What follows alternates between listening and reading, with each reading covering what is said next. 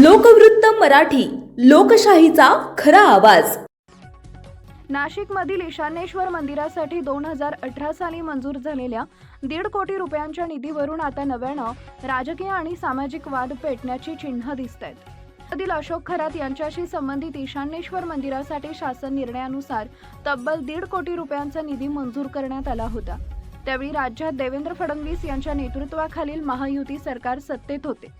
हा निधी पर्यटन स्थळाचा विकास या योजनेअंतर्गत मंजूर करण्यात आला असून त्या काळात पर्यटन मंत्री म्हणून जयकुमार रावल कार्यरत होते।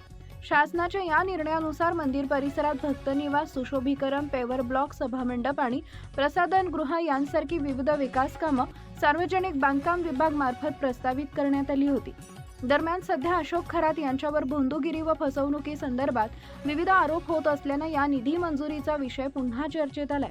विशेषतः एका खासगी धार्मिक स्थळासाठी सरकारी तिजोरीतून एवढा मोठा निधी देण्यात आल्याबाबत प्रश्न उपस्थित केले जात आहेत। या प्रकरणात निधी मंजुरीची संपूर्ण प्रक्रिया, प्रस्ताव, तांत्रिक मान्यता आणि खर्चाचा तपशील सार्वजनिक करण्याची मागणी पुढे येते। दरम्यान प्रकरणात अनेक प्रश्न अनुत्तरित असून अधिकृत चौकशी, कागदपत्रांची पडताळणी आणि संबंधितांची भूमिका स्पष्ट होणं आवश्यक आहे। तोपर्यंत या विषयावर राजकीय आरोप प्रत्यारोप सुरूच राहण्याची शक्यता व्यक्त केली जाते। मुख्य संपादक भूषण पवार।